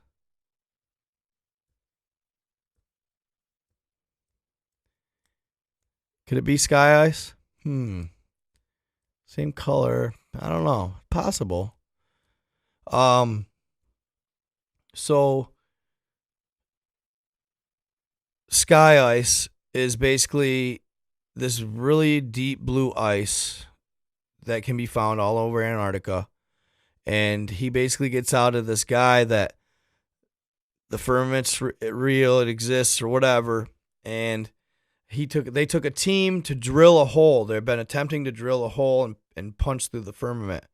And they took one of those multi-million, billion-dollar drills that can drill through virtually anything. It can hog out anything, any mountain, any, metal, you name it. Well, they start drilling into the firmament and they get, what do you say? I want to say they got 5 to 7 miles in. And something happened, something broke. So they had to take a break. The part was, way out in BFE, had to order it, blah, blah, blah. They left the drill right as it sat inside the firmament. And a month later, they came back, and the entirety of the firmament had regenerated itself, and bye-bye drill. They couldn't even see where they had even remotely made a mark.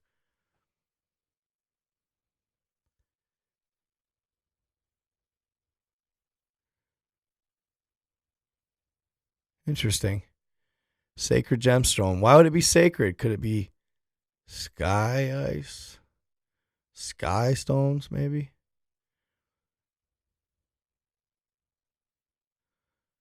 It's not water. Firmament's not water. Hold on here.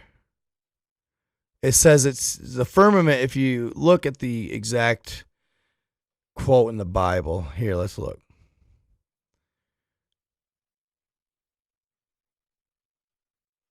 So Bible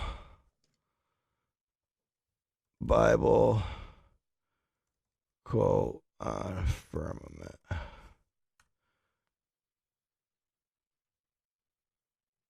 Genesis 1, 6:18, 14:7 verses 20. I thought I was supposed to be able to. Okay.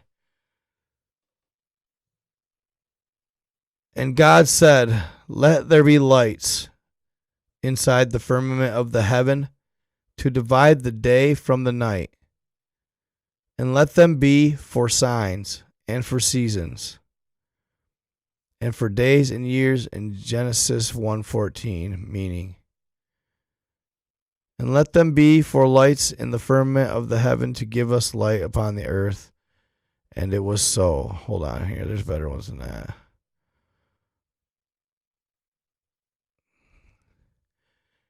And God made the firmament and divided the waters which were under the firmament from the waters which were above the firmament. And it was so. And God called the firmament heaven, and the evening and the morning were the second day. And God said, "Let the waters under the heaven be gathered together unto one place, and let the dry land appear." And it was so. There you go. It's to separate the waters from the waters. Let me show you something real quick.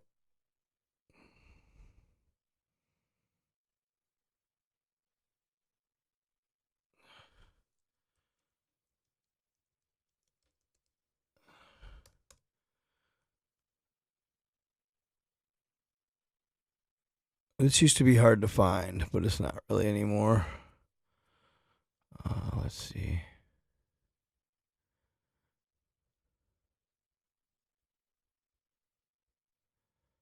Okay, maybe a little harder than I thought. No kidding. It'd be the Atlantean.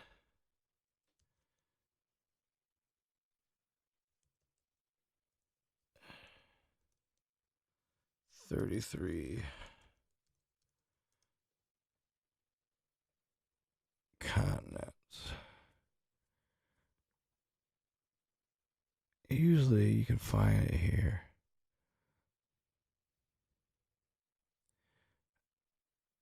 So you got here. There's us, the known, and then outside here. I remember when I first figured out the 33 continents theory, I was so blown away.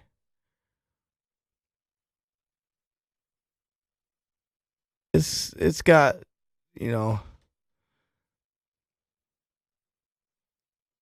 It's worthy of looking into, but it's not the what it is necessarily.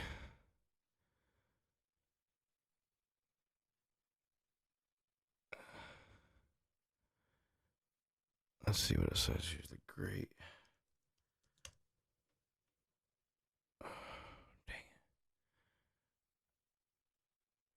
Hey there, I come up, huh? Cool. We'll take it.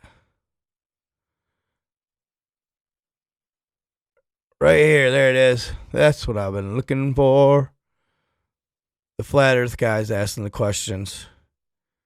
Take a look at this. This is another theory. For entertainment purposes only, of course. May or may not be true. I just provide the information.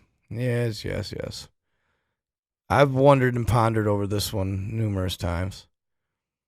Could we be part of a much, much, much more massive planet that's got little pockets like us? I don't know. All over it. Who knows? I still have a hard time believing in the planet floating in an abyss of darkness with, and I used to be an avid, yeah, just, and it could be to an extent. After reading certain things in certain books,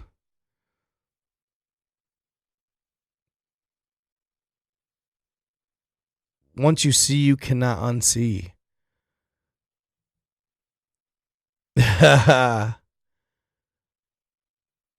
Yes. Creepy stuff.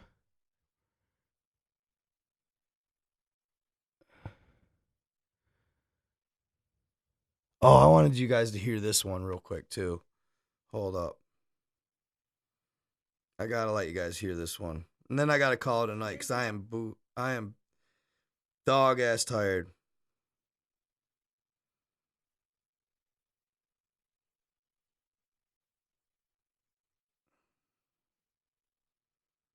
Oh, where did I watch that? Son of a biscuit.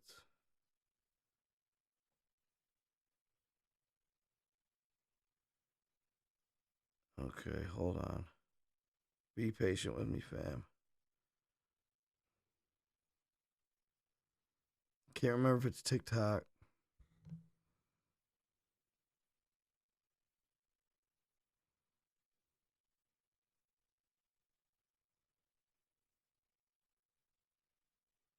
Hmm.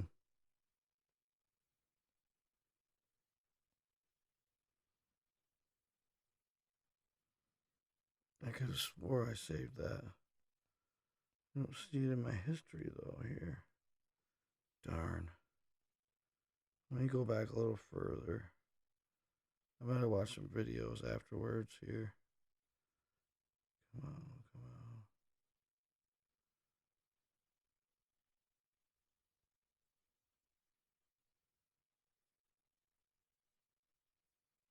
What was that on? The only other thing I could think of is shorts. Hold on.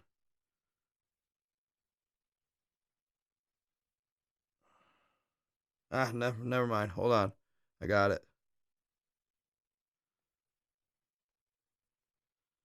You guys there?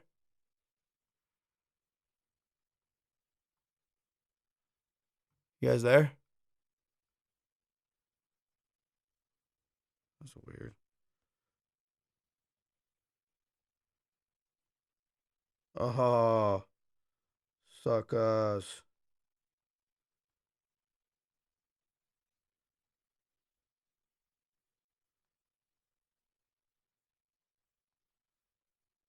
Huh. Ain't letting me watch the video.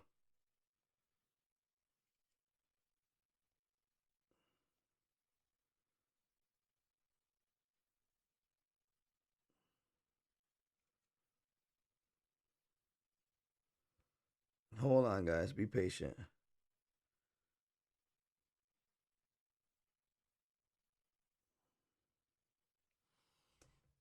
Hold on here.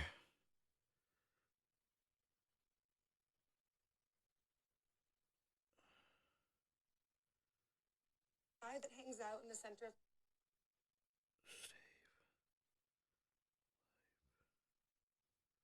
Past 7.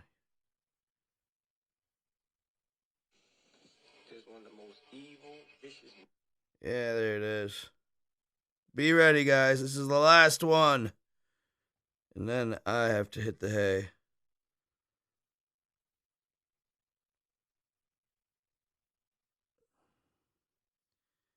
And here it is. Sorry. There we go. You'll enjoy this one, guys. You'll enjoy it.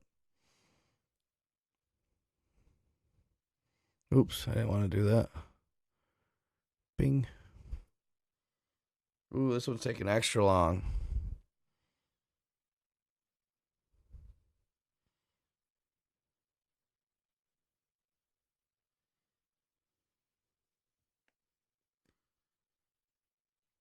You're being finicky with this one. Get. Failed. You ain't failing me.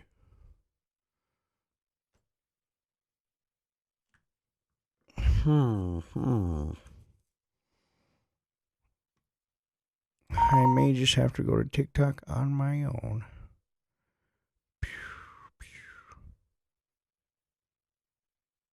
Forget you then.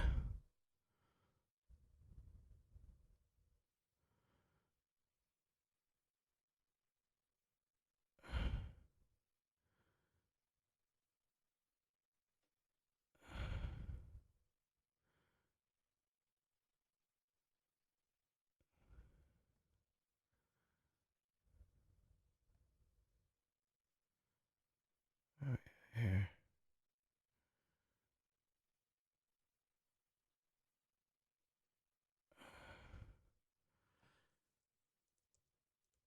If I can remember any of my freaking passwords.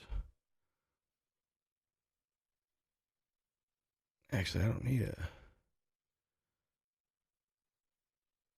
Oh, come on. Yeah, of course you are.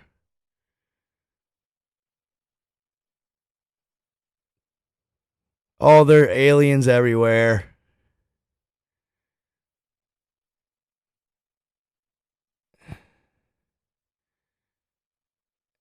Rockfin. I'm not sure. Oh, he passed away. That's too bad.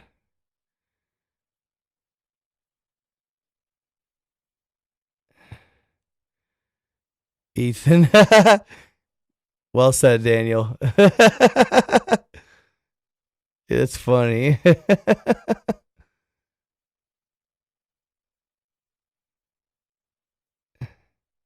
Yeah, that's too bad. All castles and stone structures. Interesting. Dude, they've been that whole, and that's the thing, you know. He talked about the whole smelling the whatever thing. That they've had microwave nanoparticles for. That's why it's a little bit, you know, it's cool, but it's, you know, they've been doing that. I mean, that's just old news, I think. Irregardless, good stuff. Why did they make up? Okay. Why did they make up round Earth? And if the Earth is flat, doesn't that mean there are no aliens? If the Earth is covered by a dome and is stationary, what happened to the dinosaurs? How do asteroids hit us? Just some things I've been pondering. No, yeah, you're pondering really well placed questions. Absolutely. That's what I was gonna look up. Hold on, real quick. Let's see here. Just for good fun. You guys know my page is mostly satire and for entertainment purposes. You know that. It's satirical content. That's why my profile picture says none of this is to be taken literally. You know.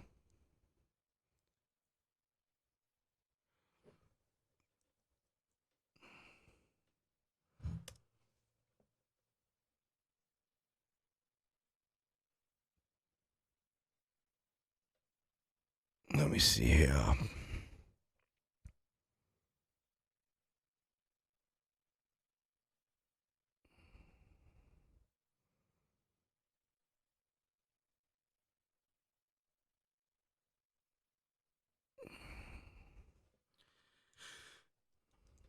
I need to find a place to put this so I don't have to do this every time. Because then I have to go through and look for things.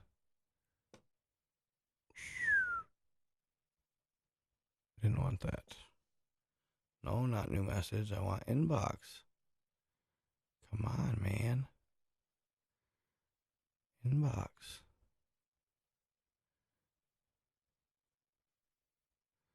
Thank you.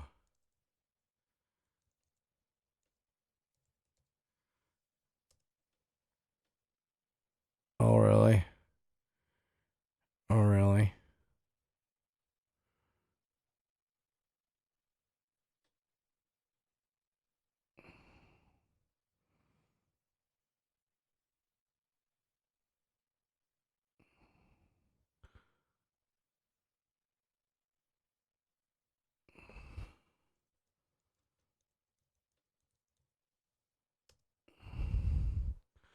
All right, there he is. Let's see here.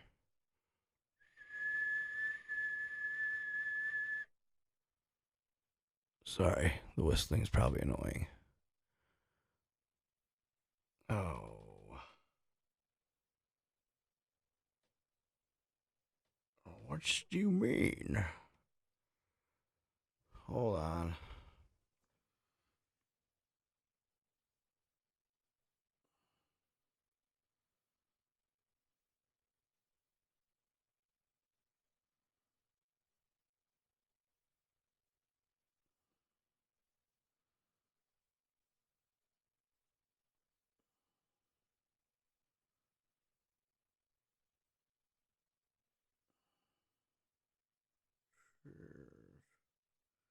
There it is.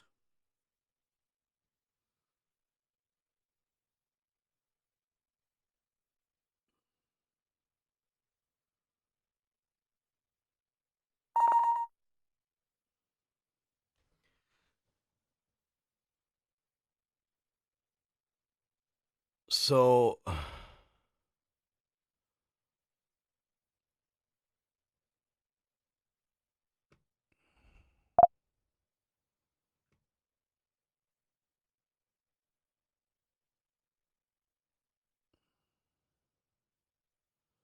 let's see.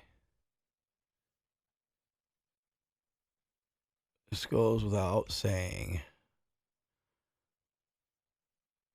And then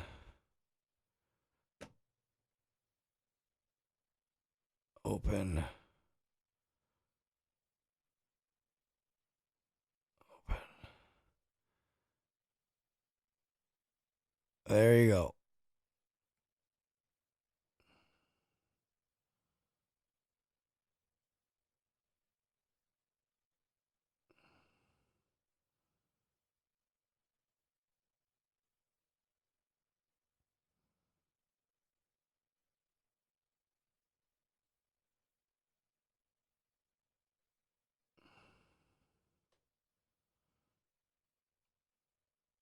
There it is. To answer your question, in theory, then you go here. Here. Bing. Where's the next one? Oh, there it is. There it is.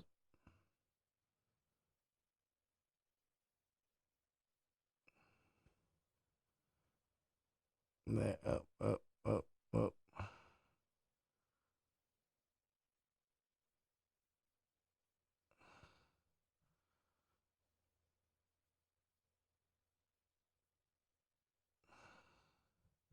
Oh, there it is.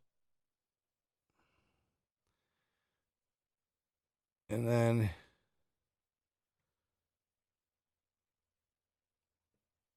all these have their own respective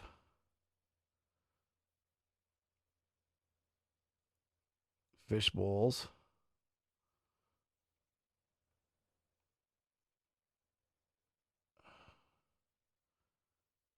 Where God hails,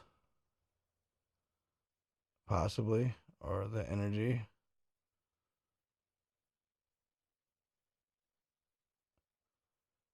I mean, look at the name, like Fint, Machiavelli, Fraternity.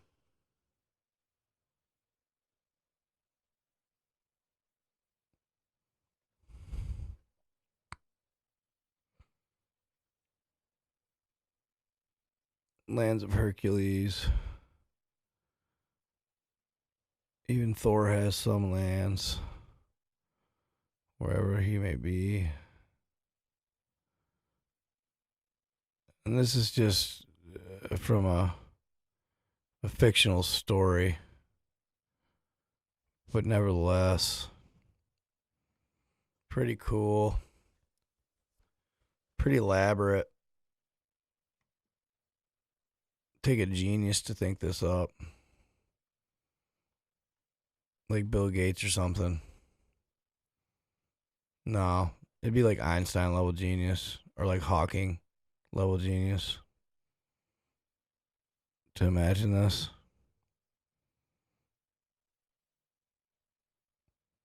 Really fascinates me. Then you got that. Then, as far as like the dinosaurs and all that, you know, essentially you could just send a massive rock from the moon, arguably, to Earth, or back to the story I was telling you guys, like about the second moon. It's alleged that it's possibly the case that the second moon we used to have was actually used in such a manner as it was blown up by possibly the Atlanteans and used as a weapon to totally submerge and sink the land of Mu into the abyss. So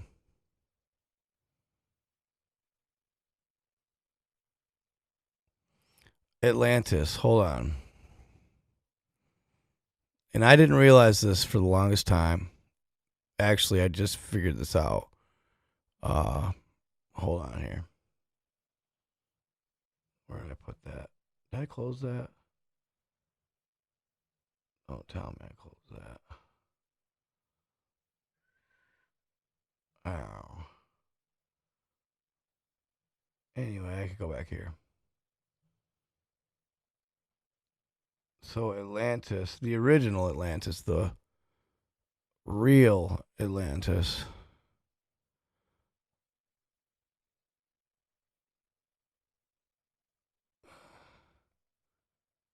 Sorry for the.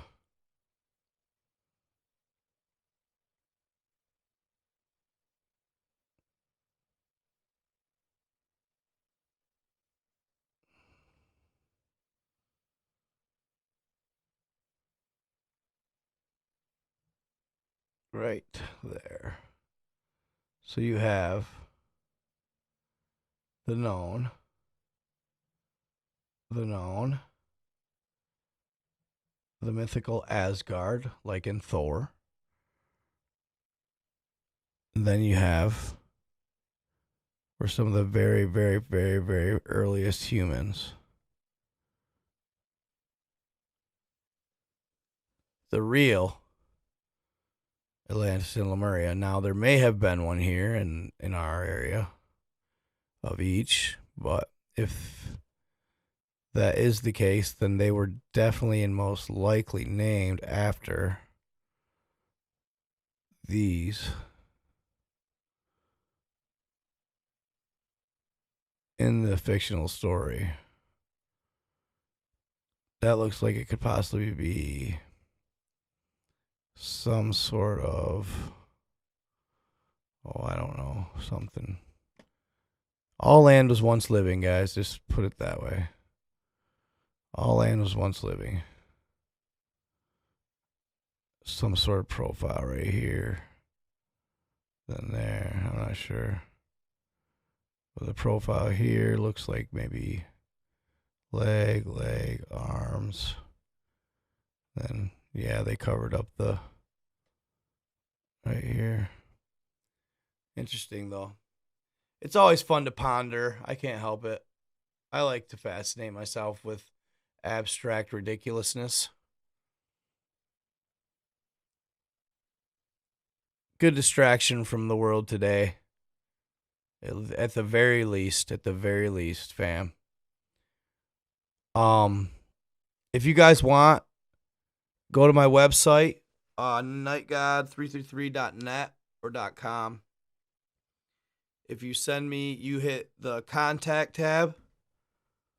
If you send me the contact tab, I'll forward you the No Skid Fun map. PDF style, crispy, clean, and righteous. All right? But I got to eat some lasagna. I'm hungry. Okay, guys?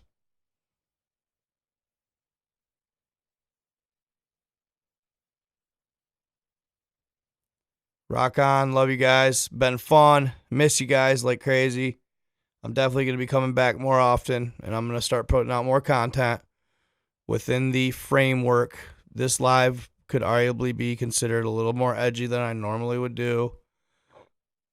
But I missed you guys, so figured I'd have fun with it. End of the day, feels special. I'm probably going to go back through and chop and screw it a little bit so it's not too much for the